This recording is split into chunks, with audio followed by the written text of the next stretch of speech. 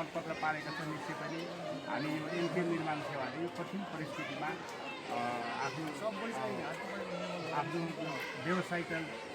व्यवसायीले चाहिँ निखार्ता लिनको निमित्त व्यवसायलाई यसलाई कठिन परिस्थितिमा पनि सञ्चालन गर्न सक्छ र सम्पन्न गर्न सक्छ भन्ने खालको धैर्यतालाई अर्थात् त्यो उद्देश्य प्राप्त गर्नको निम्ति त्यो खालको काम यो असार मसान्तमा सम्पन्न गर्नको निमित्त मैले आह्वान गरेँ।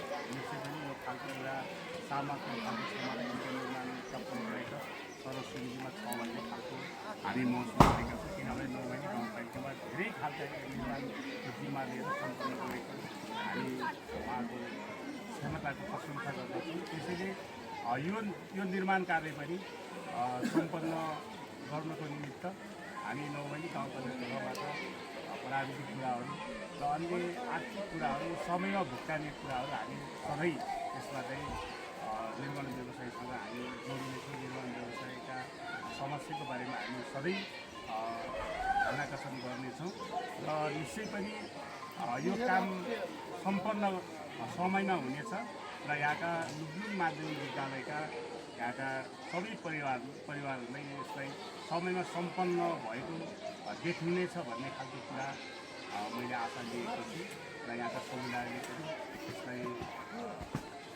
नैतिक र आर्थिक भन्दा पनि नैतिक रूपले विभिन्न खालको सहयोग गरिदिनेछ भन्ने खालको कुरा मैले राखेँ र यसलाई यो भौतिक पूर्वाधारको निमित्त यो विद्यालयलाई यसलाई यहाँ आवश्यक छ भन्नको निमित्त सबै आवाज उठाउने विशेष गरी नौबनी गाउँपालिका शिक्षा समितिको सदस्य हाम्रो